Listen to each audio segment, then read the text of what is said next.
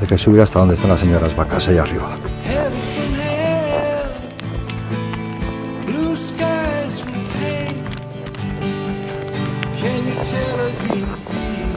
Ahí venimos.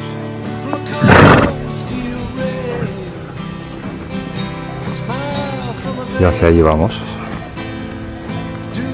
Todavía no se ve la cima, está bastante más arriba. La idea es subir en zigzag todo lo que se pueda, porque si no la pendiente se parará. El único problema es que vamos a media ladera, que si atira mucho, hace una pega y caes hasta abajo.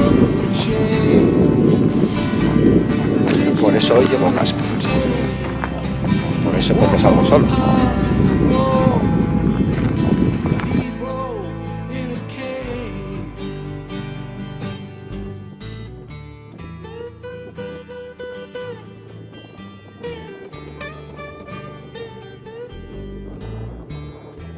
Y aquí a estas horas hace frío, con lo cual me voy a poner la camisa, pero ya.